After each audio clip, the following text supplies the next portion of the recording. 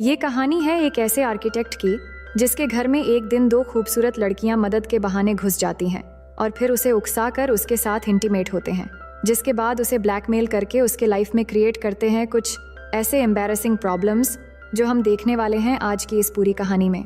So hello दोस्तों, मेरा नाम है इशिता और ये कहानी शुरू होती है इवन नाम के एक आदमी से जो पेशे से एक आर्किटेक्ट है और वो अपनी वाइफ कैरन और दो बच्चों के साथ हंसी खुशी रहता था। उसकी वाइफ कैरन भी एक आर्ट गैलरी में काम करती थी। इवन और कैरन ने बच्चों के साथ बीच ट्रिप पर जाने का एक प्लान बनाया हुआ था, मगर इवन को कुछ ज़रूरी काम आने पर वो उनके साथ नहीं जा पाता।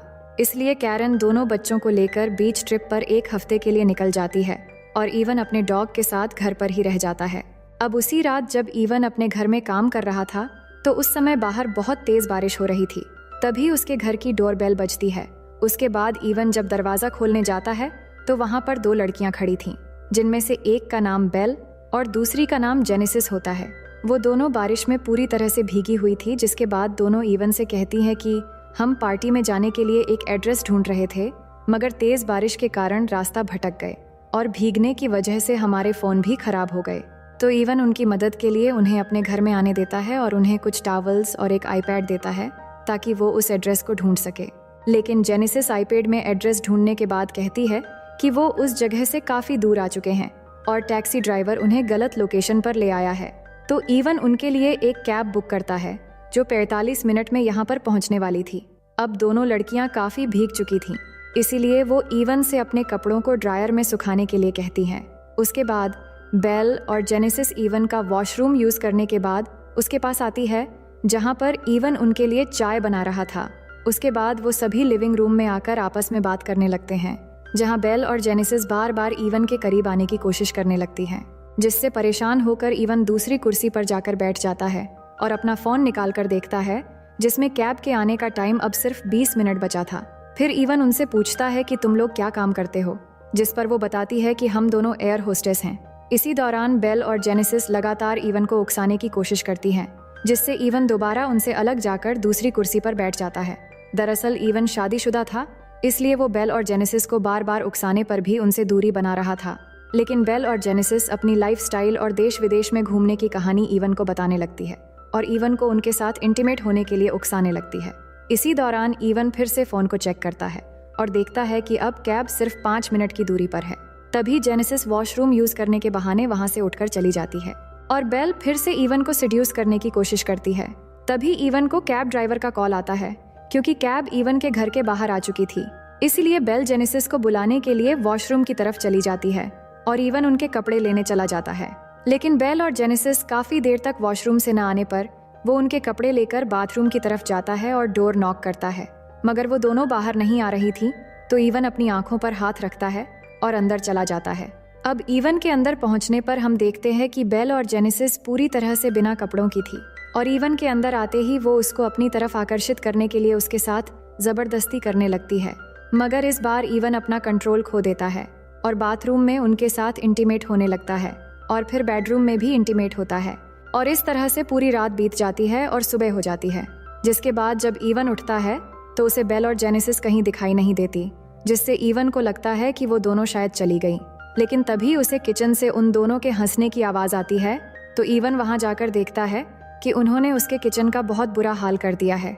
ये सब देखकर इवन उनसे उनके घर छोड़ने की बात कहता है। तभी इवन की वाइफ की वीडियो कॉल आती है, तो वो फ़ोन पर बात करने के लिए बाहर चला जाता है और बात करने के बाद वो अंदर आकर दोनों को अपने कपड़े पहनकर उन्हें घर से निकल जाने के लिए बोलता है।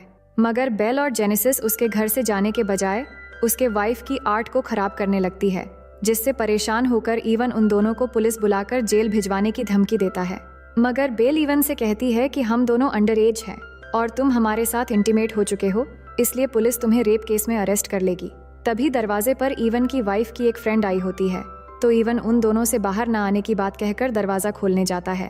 तभी इवन की बात करते समय जेनेसिस वहां आकर उससे चिपकने लगती है, जिस कारण उसकी वाइफ की फ्रेंड इवन को बहुत भला बुरा कहकर वहां से चली जाती है।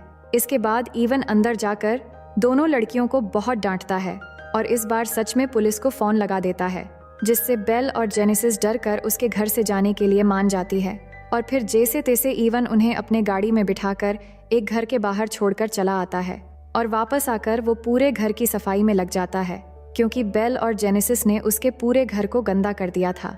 अब उसके बाद रात को जब ईवन अपने काम में लग जाता है, तभी अचानक उसे ग्लास टूटने की आवाज सुनाई देती है, जिसे देखने के लिए जब वो जाता है तो वहां उसे अपनी फैमिली फोटो नीचे गिरी हुई दिखाई देता है। और जैसे ही वो उस फोटो को उठाने के लिए नीचे झुकता है, तभी जेनेसिस उसको पीछे से हमला कर देती है, जिससे ईवन बेहोश हो जाता है। जिसके बाद जब ईवन को होश आता है तो वो खुद को एक बिस्तर पर रस्सी से बंधा हुआ पाता है और जेनेसिस को चिल्लाकर अपने आप को खोलने के लिए कहता है। तभी बेल वहां पर ईवन के बेटी की स्कूल ड्रेस पहनकर सामने आती है, जिसके बाद दोनों पास आकर ईवन के कपड़े उतारने लगती हैं। लेकिन तभी ईवन की वाइफ की वीडियो कॉल आ जाती है, तो जेनेसिस ईवन को बेल के साथ इंटीमेट होने के लिए कहती हैं। लेकिन ईवन के ऐसा ना करने पर जेनेसिस कहती हैं कि मैं तुम्हारी वाइफ को वीडियो कॉल पर बता दूंगी कि तुम हमारे साथ मजे कर रहे हो। तो ईवन बेल के साथ इंटीमेट होने के लिए तैयार हो जाता है और फिर बेल ईवन के ऊपर आकर इंटीमेट होने लगती है और इंटीमेट होते हुए बेशर्मों की तरह आवाज निकालने लगती है और जेनेसिस ये सब रिकॉर्डिंग कर रही होती है।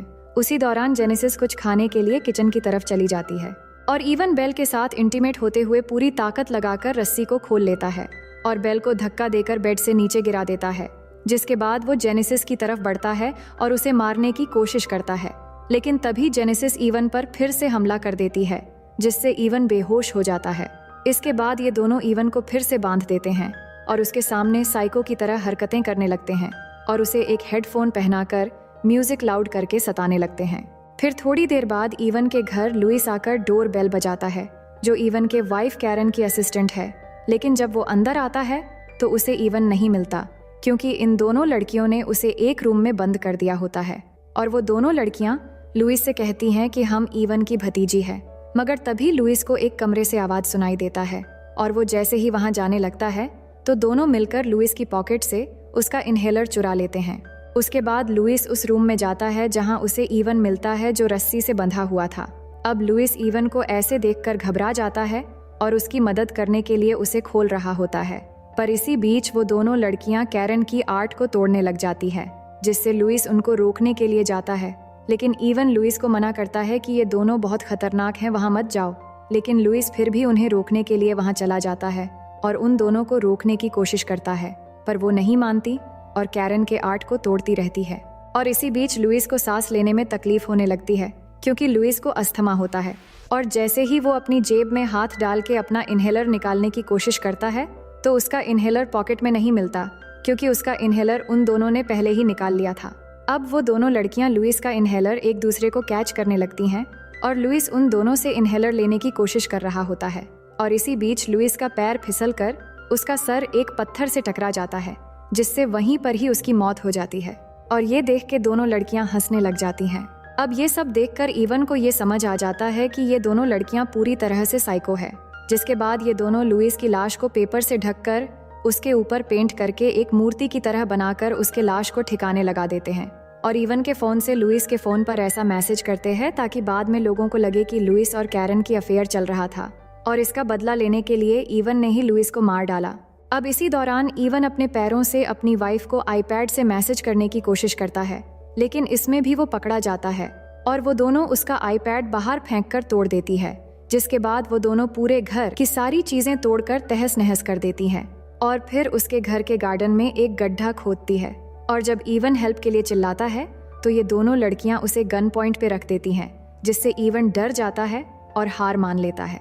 अब अगले दिन वो दोनों लड़कियां ईवन को बांधकर उस गड्ढे में डालकर दफना देती हैं और सिर्फ उसका सर बाहर रखकर वो दोनों अपने बारे में बताती है कि हम दोनों साइको हैं और हमें ऐसा करने में बहुत मजा आता है और हम तुम्हारे साथ सिर्फ गेम खेल रहे थे और हम बहुतों के साथ ऐसा कर चुके हैं और हमारे शिकार सिर्फ शादीशुदा मर्द होते हैं।